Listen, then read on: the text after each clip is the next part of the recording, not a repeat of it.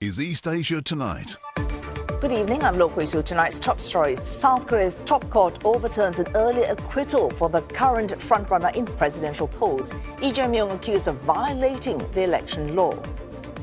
The US President Donald Trump signaling potential deals on trade with Japan and South Korea. Are China chipping in, saying Washington is reaching out for talks?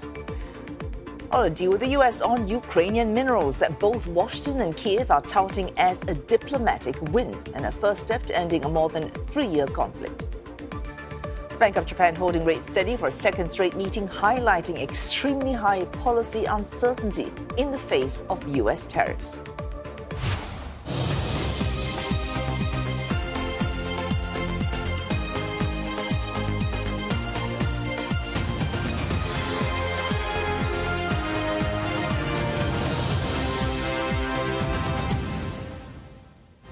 And also on East Asia Tonight, South Korea and Japan confront a nuclear arms debate amid a growing uncertainty over US defense priorities.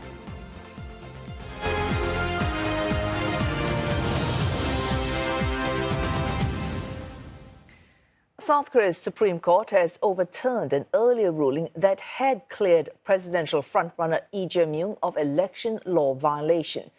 All this now throws into doubt the opposition leader's eligibility to run in the election on the 3rd of June. Ms. Lee says the top court's decision to overturn his not guilty verdict was completely unexpected. But he told reporters he will do what the South Korean people want, regardless of what his political rivals say.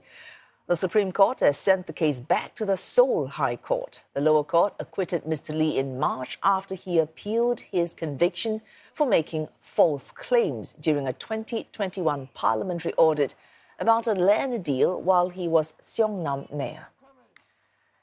And joining us in the studio for more is CNA's Grace Shin. Now, Grace, what can we read into today's verdict? Well, Wei-Su, I think we have to look at today's verdict with two folds. One, the speed of the handling, and two, the result and its implications to South Korea's snap presidential election. So starting with the Supreme Court's unprecedented rapid handling of Lee's election law violation case, usually an election law violation appeal takes several months to process. Normally, it's under the 633 rule, 6 referring to the judiciary's aim to conclude the first trial within 6 months, and then each of the appeal stages within 3 months. But in the case of Lee Jae-myung, the court moved at breakneck speed, holding not one but 2 full bench hearings within just 4 days since taking the case. Now, the case was assigned on April 22nd, and by that afternoon, the Chief Justice, Cho Tae, had referred it to the full bench, a process that usually takes weeks, if not longer. But on the same day, the justices held their first deliberation, and just 2 days after, a second hearing followed. So experts say such urgency is rarely seen, especially when it requires a full bench that usually only meets only once a month. Now, legal analysts interpret this accelerated timeline as a signal from the Supreme Court, saying that it wanted to issue a clear legal decision before the campaign season enters full swing and before the public trust can be called into question. Now, May 11th is the official deadline for candidate registration in the upcoming snap presidential election. By handing down its decision before this date, the court may be aiming to avoid triggering any political fallout. Now, under election law, once the registration period ends, parties are no longer allowed to replace a candidate, and even if that candidate steps down. So starting May 12th, when the official campaign begins, any ruling from the court could face criticism for swaying public opinion or influencing the vote. Now, I would like to talk about the implications of today's ruling. With the case now headed for retrial, legal experts say it's unlikely a final verdict will be made before the campaign registration deadline or the presidential election. Now, if a guilty verdict does stand, it could have major political consequences, possibly costing Lee his seat in the National Assembly and also blocking him from running for president. But legal experts say this is highly unlikely given that there's just not enough time. And under South Korean law, any prison sentence or an election law fine over 1 million won could sideline Lee from politics for at least 5 years. So his political fate is up in the air, while Lee and his party are still trying to solidify his position as the final contender, given that he has such popular public polls. The ruling party, namely Han Dong-un, one of the contenders as well, is demanding that Lee steps down, saying that he actually took the trust of the public and kept playing around with it. So now let's also imagine if today's verdict had not been processed by the lower court by the time of the elections. In that case, that Lee wins while the case remains unsolved. Another issue at hand is that under Article 84 of the Constitution, if Lee does become president, he would be immune of any criminal charges except for the cases of treason and insurrection. So there are mounting controversies in Korean legal circles over whether this ruling should apply to ongoing trials that began before a candidate took office regarding this specific issue. All right. And you've mentioned made reference on several different points to this snap election. And Lee Jae-myung, he was the front runner, not just, as you mentioned, in terms of public opinion, but also winning his party's primary earlier this week. If he cannot run, is there anyone else who could run? That's up in the air as well. The Democratic Party actually held an emergency meeting following today's ruling as to what they would be doing by this. But what we know for sure is what's going to be happening in the ruling People Power Party. They've demanded that Lee Jae-myung step down from his position as a contender. And now eyes are on Han Dok-soo, who has recently, just today actually, said that he would resign to take on a heavier responsibility. Now, he didn't specify how exactly he would do this, but many expect he will run in next month's presidential election because he has emerged as a potential conservative standard bearer. Now, South Korean media reports that he would probably make an official presidential campaign bid tomorrow, which is a Friday. And if I give you a quick profile on Han, he has around 40 years of know-how in the public service with many senior posts, including trade minister, finance minister, and ambassador to the U.S. He's also served as prime minister twice under both the liberal and conservative politicians in Korea. And recent public polls show that he's next in line in approval ratings, though it's a very far distance. Lee Jae-myung running ahead at 42%, while Han Dok-soo is followed within 13%. But this is even before he has actually shared his bid to run as presidential candidate. So political observers say that former Prime Minister Han is likely to align with the party last minute to help mount a unified conservative front against liberal frontrunner Lee Jae-myung. The very reason we're looking at all these developments now is because of the impeachment and removal of former President Yoon Suk-yeol, who is facing more legal troubles. That's right. Prosecutors on Thursday have indicted the former president for abuse of power over his botched martial law bid back in December. And this is the latest indictment against Yoon, who is also undergoing an insurrection trial, which could face charges as heavy as the death penalty. And the prosecution special team says Yoon was indicted without physical attention. And their grounds are that Yoon had abused his power as president when he was, asking soldiers and police to block the National Assembly on the night of his botched martial law decree. And the prosecutors are currently waiting for the Seoul Central District Court to merge the insurrection trial with this another trial on abuse of power. What observers are now finding most troublesome in the recent developments in South Korea is that these political developments are coming at the peak of global uncertainty. We're seeing so many protectionist policies, and South Korea is also waiting, with many in the rest of the world, for a raft of tariffs to kick in. So with murky clarity on South Korea's political agenda and direction, political experts are raising concerns that this would jeopardize South Korea's political token or talking token on the global front. Right, South Korea needing leadership at this, as we keep mentioning, volatile, uncertain time. Thanks so much for joining us, Sienese Gratian, right here in the studio with all the ins and outs of South Korean politics. Thank you. The US President Donald Trump has signaled possible trade deals with South Korea, Japan, and India. But the leader says he's in no rush to conclude any of these agreements. He's speaking at a town hall on the News Nation television network. I could set those deals tomorrow and do away with negotiating, but we're negotiating with South Korea, we're negotiating with Japan, we're negotiating with a lot of different, many. India is a very big, they want to make a deal so badly. Okay. I'm not telling anything out of school. We're going to make great deals for America instead of bad. Chinese state media, meantime, reporting that U.S. officials are, quote, proactively approaching their Chinese counterparts for talks on duties. This after China repeatedly denied claims by Mr. Trump that Beijing had reached out for negotiations. The U.S. leader also downplaying the impact that fewer Chinese imports and a trade war would have on consumers. Washington's 145% levies on many Chinese products coming into force in April, while Beijing has hit back with 125% in duties on American imports. The U.S. more successful in signing a landmark minerals deal with Ukraine. This gives Washington access to Kyiv's rare earths. It's something U.S. President Donald Trump had demanded as payback for the support Washington has been giving to Kyiv in the war against Russia. The U.S. Treasury says the U.S.-Ukraine Reconstruction Investment Fund will see both sides working collaboratively and investing together. Ukraine says it gives each party 50% voting rights. Kyiv will retain full control over its subsoil, infrastructure, and natural resources. The U.S. Treasury Secretary says no state or person who financed or supplied the Russian war machine will be allowed to benefit from Ukraine's reconstruction.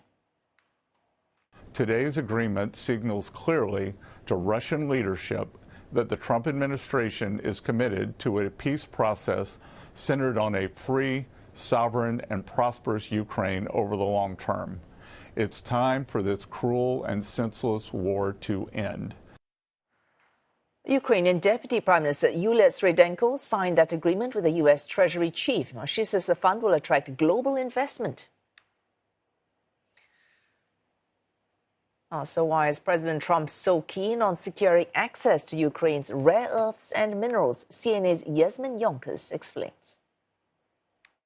Rare earths. They are a group of 17 elements with unique properties, and they are the invisible force behind the modern world, hidden in your smartphone, your computer, the electric car you drive. Even the clean energy revolution depends on them. Rare earths aren't just about consumer technology. They are also critical to defense, found in satellites that provide secure communications and surveillance. We use these natural resources a lot, and we are only going to use them more. And right now, most of these minerals come from one place, China.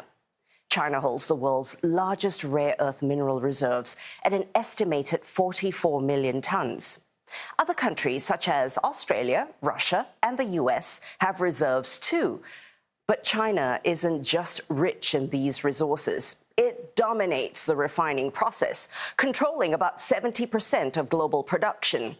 And this gives China enormous power over global supply chains. Enter Ukraine. With vast untapped mineral reserves, Ukraine could be a game changer in the race for these essential resources. Kyiv estimates its mineral wealth is worth trillions. But there is a problem. Much of this is still based on estimates. And experts say Ukraine has not done the detailed geological work needed to confirm exactly what's there. And even if it does, extracting these resources won't be easy. Many of Ukraine's richest mineral deposits lie in areas occupied by Russia. And setting up infrastructure, refining capacity, and supply chains will take years and billions in investment. Despite the hurdles, the U.S. is making its move, keen to secure Ukraine's mineral wealth to reduce its dependence on China. Because the race for rare earths isn't just about resources, they are leverage. And whoever controls them could shape the balance of power for decades to come. One expert we spoke to explained why this deal is a win for both sides. Well, I think that it is a win for Ukraine, and it's a win for the United States in the sense that the U.S. does, in theory, get access to various kinds of raw materials that it needs, in some cases for national security. And that access is harder to come by, especially amid the trade war that's developing with China and the Chinese decision to deny the export of certain important rare earths and minerals to the United States. But in some ways, I think the biggest impact of this deal is symbolic, because the Trump administration was seen as tilting toward Russia, as doing Putin's bidding. This is a deal that does two things. One, it puts U.S. and Ukraine on the same side and gives the U.S. a vested interest in Ukraine's success. You just heard the American official talk about a secure and prosperous and sovereign Ukraine. And the second thing it does is it enables Trump to ask Congress for more money to send weapons to Ukraine, which he said, hey, we don't want to do this, too much money abroad. Now he can say the Ukrainians are going to be paying us back. That's an important move domestically for Donald Trump. Still out on East Asia tonight, the Japanese yen weakens as the Bank of Japan governor strikes a dovish tone after the BOJ held rates steady for the second straight meeting. Malaysia calling for a common transit protocol for goods originating from ASEAN as it seeks greater connectivity within the bloc.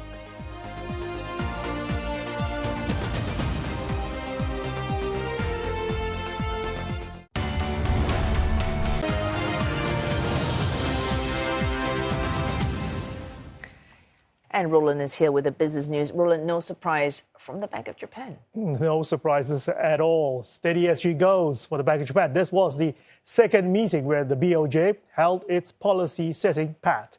The benchmark rate remains unchanged at 0.5%. The central bank has also warned of heightening risks to the Japanese economy as higher U.S. tariffs continue to hit business confidence.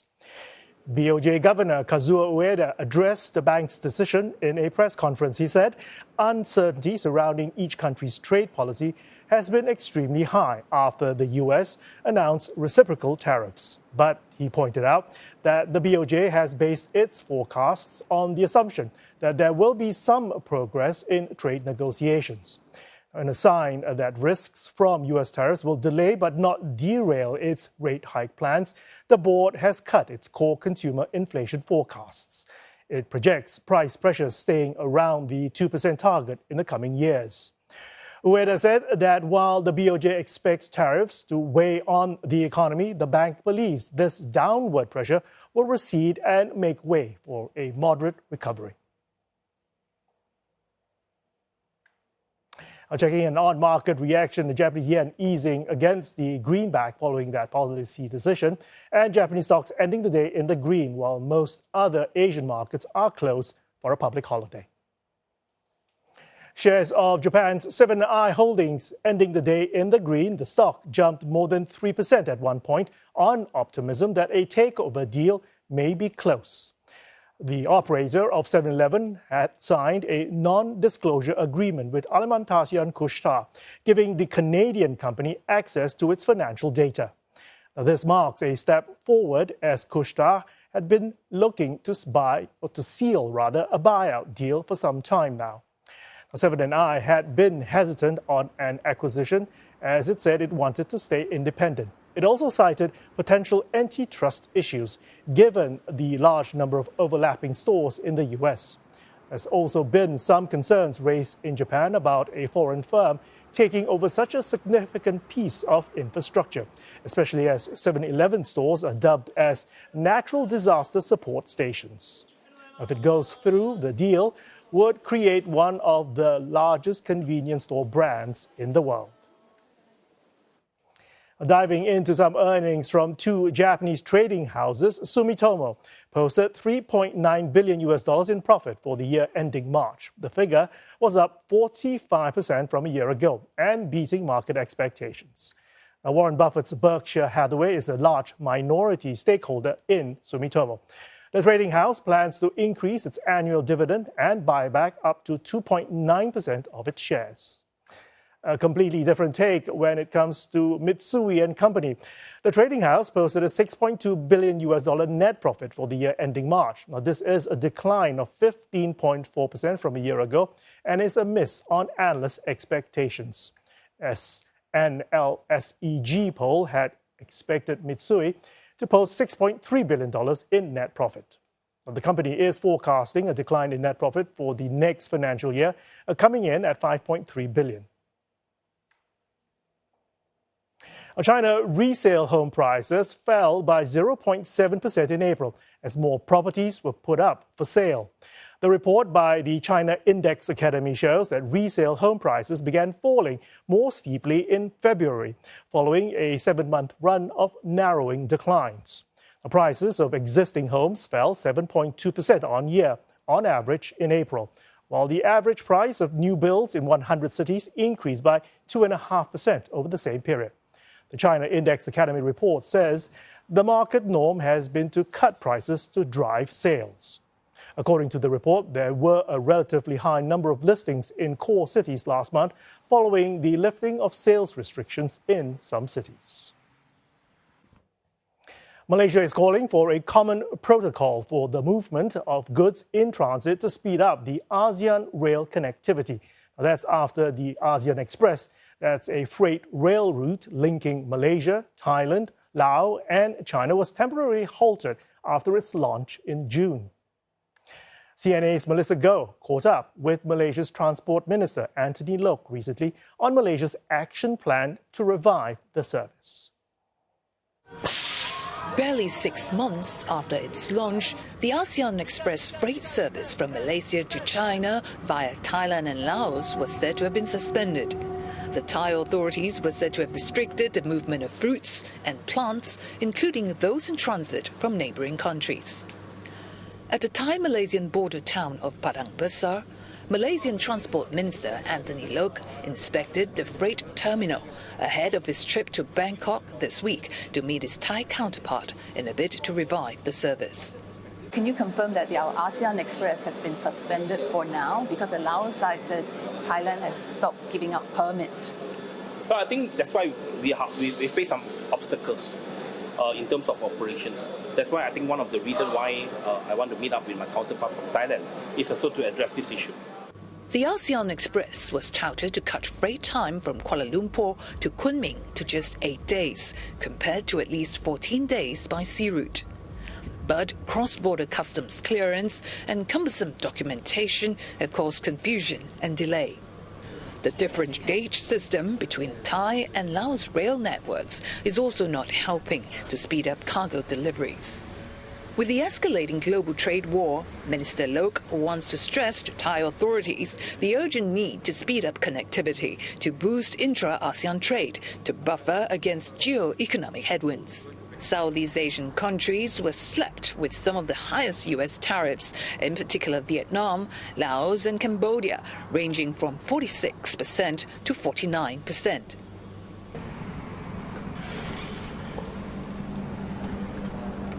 But getting the Thai authorities to cooperate is easier said than done. While rivalries and protectionist instinct exist among the member states, Transport Minister Anthony Loke said a change in mindset as well as the correct political will are needed in order for the ASEAN connectivity to take off in a big way.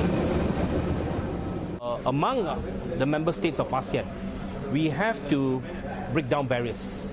We have to cooperate and collaborate with each other even more so that we can grow together. I think what is important is that we are not looking at it from a zero-sum game point of view.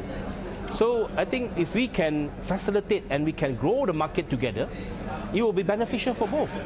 Economists say that reluctance by some ASEAN member countries is understandable given the different standards and degree of economic development.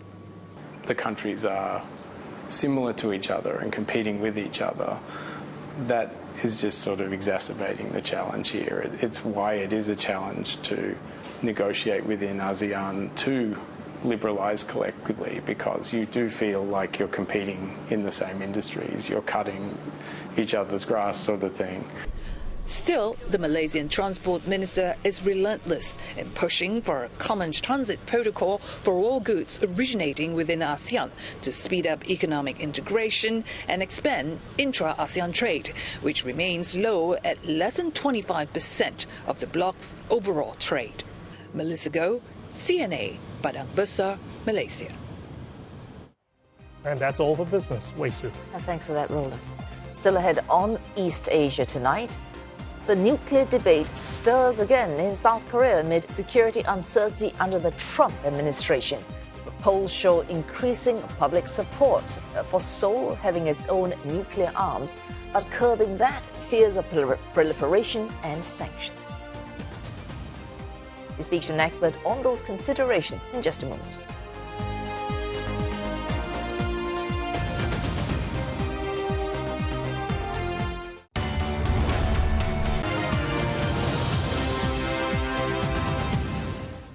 And this is East Asia Tonight, and here are the headlines we're following. South Korea's Supreme Court overturns an earlier ruling that had cleared Lee Jae-myung of election law violation. All this raises questions on whether the opposition leader can run in the upcoming presidential polls.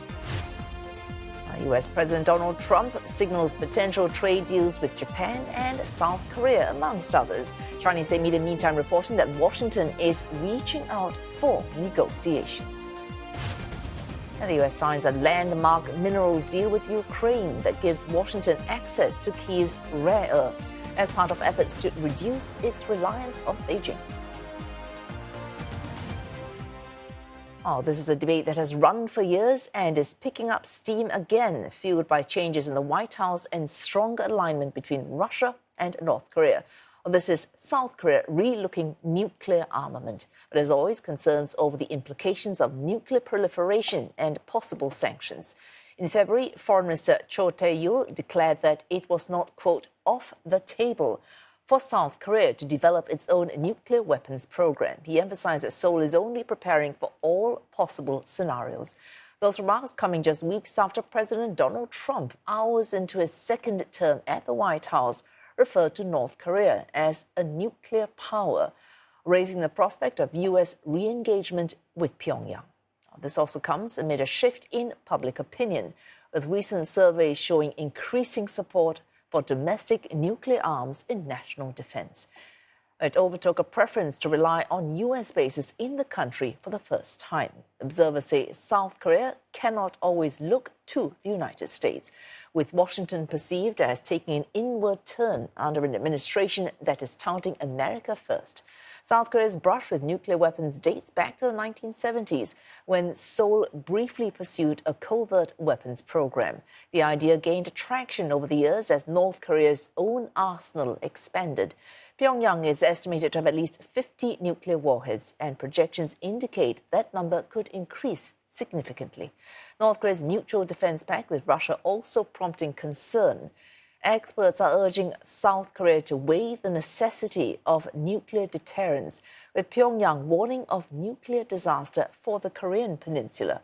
Analysts also stressing profound regional implications, including the potential triggering of a regional nuclear arms race.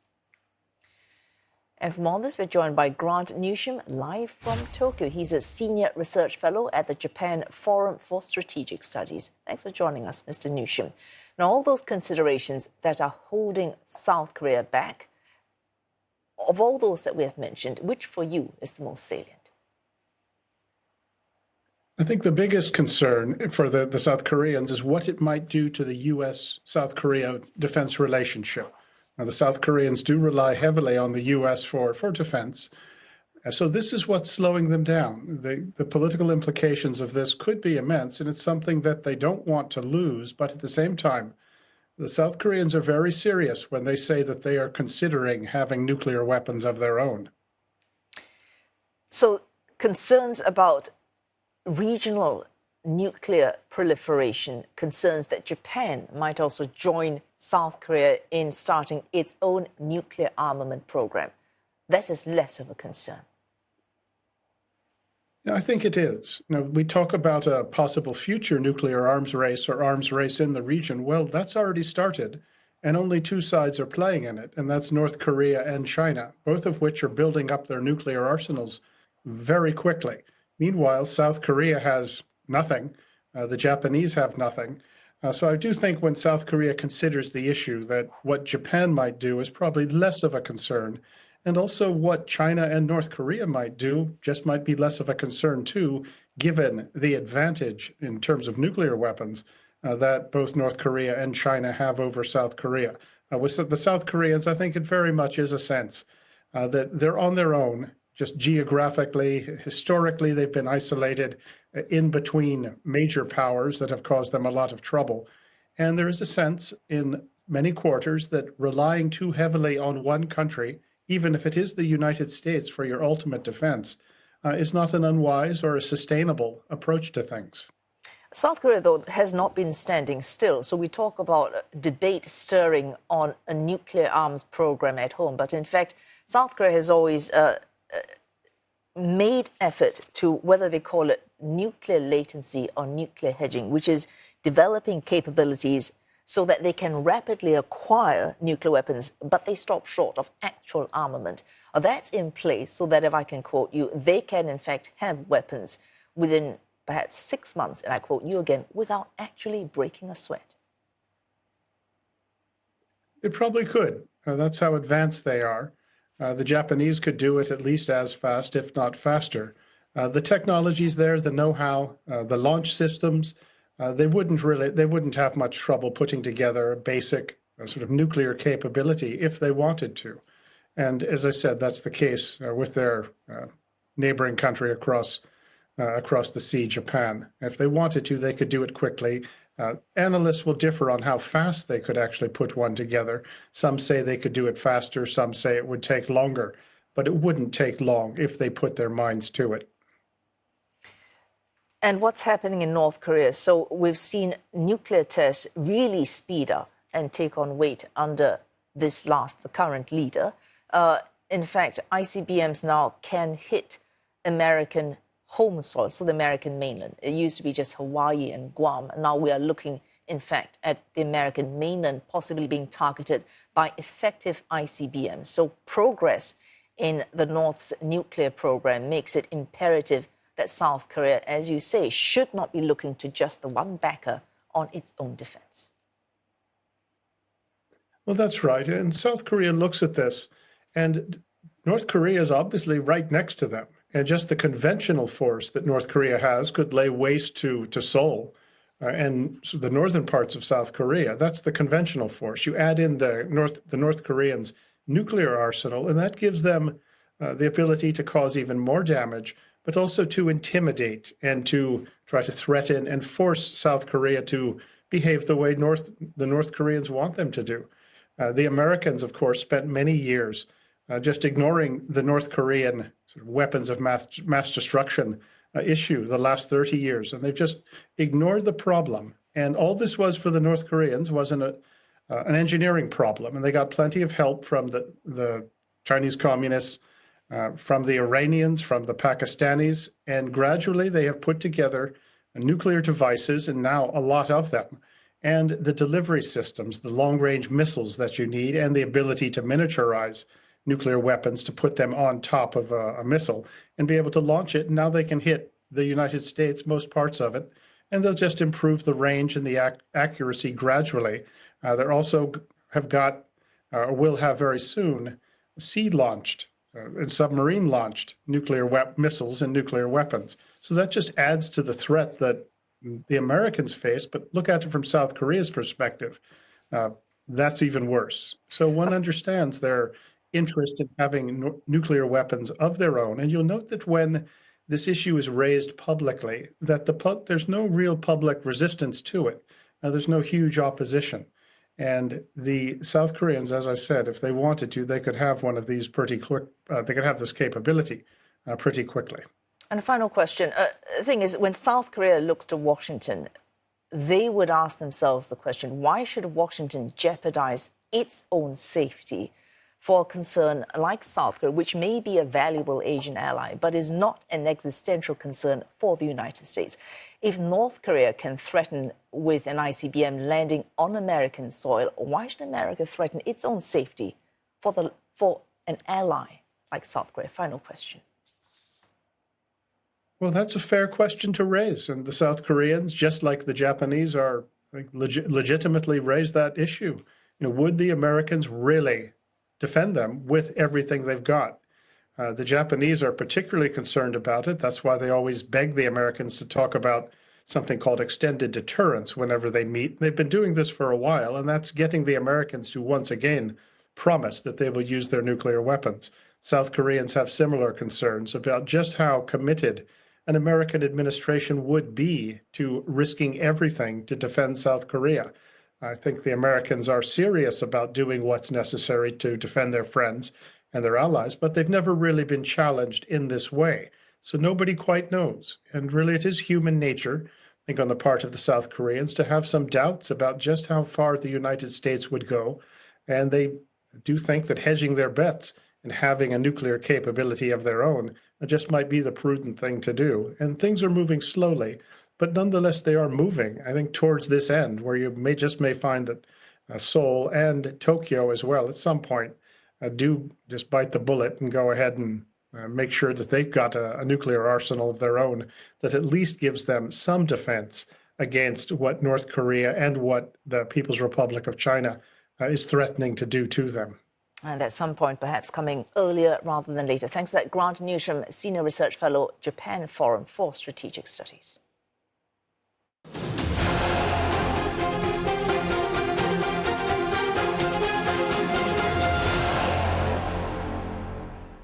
Australia is heading into an election this Saturday. The opposition coalition has pledged to boost defence spending if they win, as the Trump administration pushes allies to do so amid China's growing influence in the Indo-Pacific. Roger Maynard reports from Canberra. Every year, the sacrifice of more than 100,000 Australian defence personnel in 2 world wars and smaller conflicts is remembered across this vast nation. At the Australian War Memorial in Canberra, hundreds come to pay their respects on a daily basis, recalling the courage and spirit of their fellow countrymen and the need to protect freedoms for generations to come. In the United States, a new president is unsettling the world order, and China has been extending its presence in the South Pacific, carrying out live fire drills off the Australian coast. Some ex-military men believe Australia is looking at its biggest challenge in more than 8 decades. What the government's talking about at the moment is that we're facing the most precarious geostrategic circumstances that we've seen since the Second World War. A lot going on. China is being aggressive, and we've had those recent events where they've had a vessel go through the Great Australian Bight, but they've also had some warships circumnavigating around Australia, so I think we need to be interested in that. We've also got internal issues in terms of the budget that's available for defence. By any measure, it's not enough. That's clearly left the Navy vulnerable, but some argue that the perceived Chinese naval threat to Australia is not what it seems. Well, I mean, it's clearly signalled China's annoyance about our naval ships being up near China's coastline, and so Beijing's just repaying the favour. But beyond that signalling, I don't think there was anything particularly threatening in the travel of these vessels itself. Of course, it signifies that China has a blue water navy, but frankly, that's not news. And the fact that we didn't have enough capability to closely shadow those Chinese naval vessels, well, frankly, that's Canberra's problem, not Beijing's problem. The AUKUS nuclear submarine deal, put together by former Prime Minister Scott Morrison, has also been questioned. Since Canberra partnered with Britain and the United States, critics have felt that the massive cost and lengthy delivery time of AUKUS is not worth it. Peter Ley, however, believes it sends a strong message to China. But I think as we see these autocratic forces, and let's not be coy about this is about China. And if we need to control China, AUKUS is there as part of that. But let's not forget about the Quad and independent roles of Vietnam, Malaysia, Philippines and India. I think we're seeing an aggregation of forces in this region, the Indo-Pacific, that's saying, hey, China, you can't be doing that sort of thing.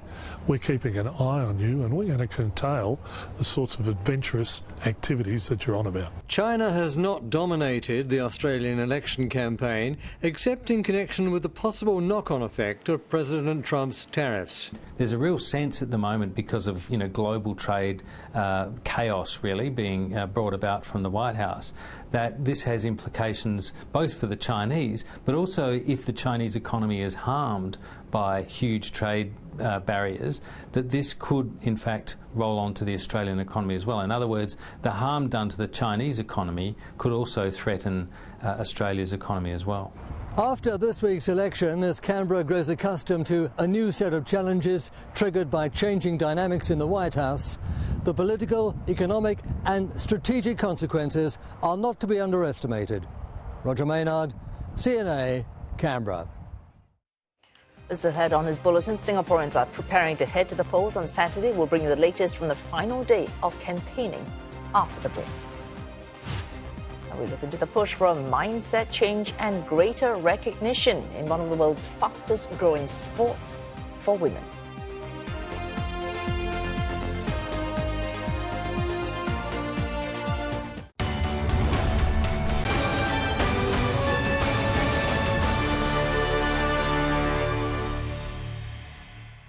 It's the final day of campaigning in Singapore as the clock ticks down towards polling day on Saturday.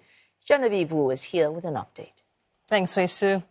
Now, Prime Minister Lawrence Wong calls on Singaporeans to judge the PAP team fairly when deciding the country's next chapter. This comes as Singaporeans are headed to the polls on 3rd May. He was speaking at the May Day rally, which coincided with the last day of the campaigning period. Mr. Wong asked voters to show their support if they believe the ruling party can continue to steer the nation amid global uncertainties. Examine what we've done, how we've led. If you believe in your heart of hearts that we have stayed true to our promise, that we are the best team to take Singapore forward in these turbulent times, then give us your support. Still, he adds, whatever the outcome at the polls, PAP will never step away from the labour movement. He stressed the importance of tripartism, where the government, businesses and workers come together to shape policies that benefit all. And he adds this unique partnership is the reason Singapore has achieved what it has today and will continue to help the nation amid headwinds. It's the PAP government, the NTUC and the labour movement, employers and business leaders all coming together, working as partners, not at odds with one another, always with the worker at the heart of all we do, always with a shared commitment to uplift every Singaporean.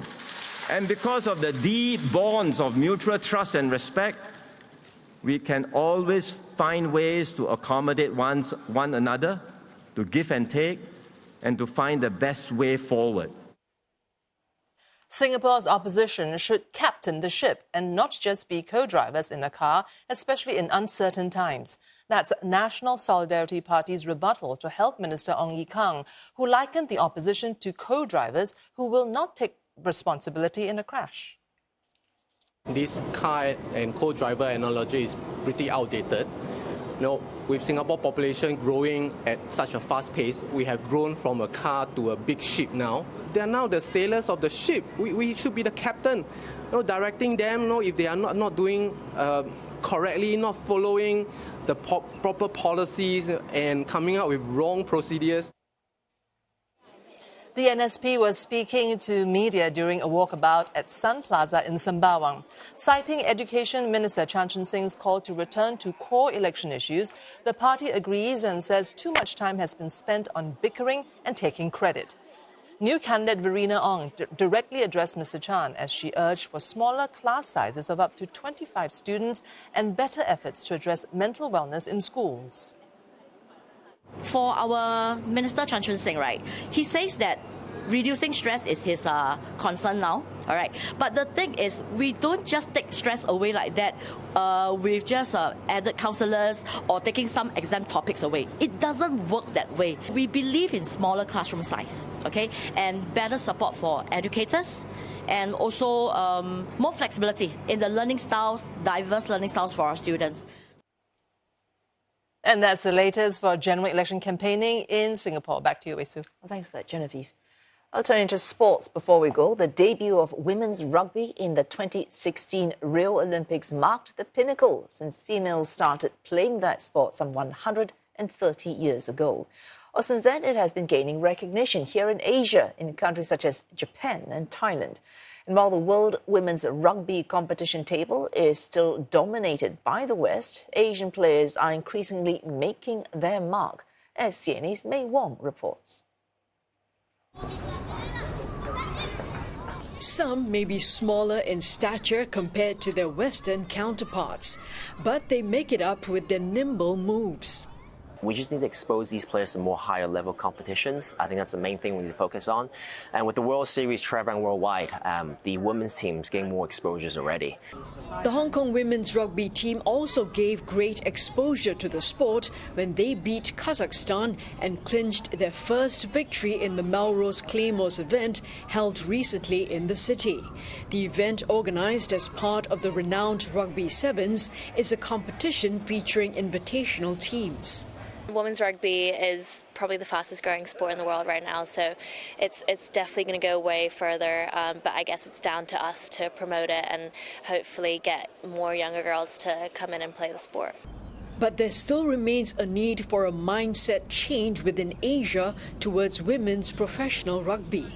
Compared to the Western country, it's different, still different, because rugby concern in Asia country is it's not a main sport.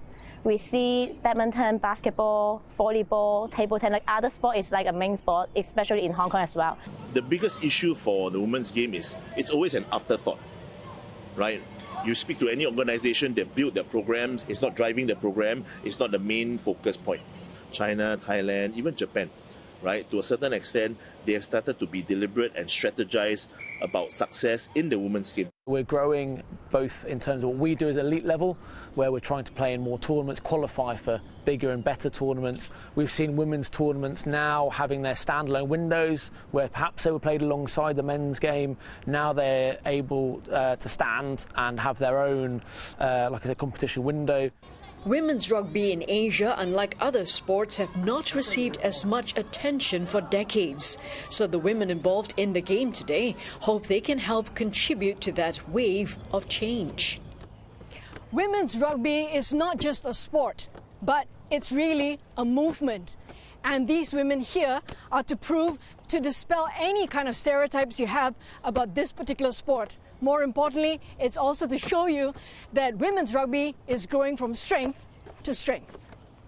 อยากให้คนไทยหรือว่าแฟนๆรักบี้หรือว่าแฟนๆทุกคนในประเทศไทยมาหันมาสนใจกีฬานี้ขึ้นเพราะว่าเราไปไกลกว่าที่ประเทศไทยจะรู้ล่ะค่ะ Their Western counterparts offered ringing endorsements to women's rugby in Asia. Played a little bit in Japan as well in their club rugby, and just the amount of I suppose growth that they've had over the years, but they're awesome. They are extremely, they fight, they've got so much spirit, and yeah, they make really good rugby players. Women's rugby is growing the whole time, and I think more people are getting invested in it, more people are seeing what we can do and kind of how much talent there is within women's rugby and within women's sport. As women's rugby continues to gain greater traction and more girls start choosing this sport at a young age, it's hoped the increased recognition and sponsorships will elevate this sport to its fullest potential. Mei Wong, CNA, Hong Kong. And that's East Asia Tonight this Thursday. Don't forget headlines anytime at cna.asia, plus on Facebook and YouTube.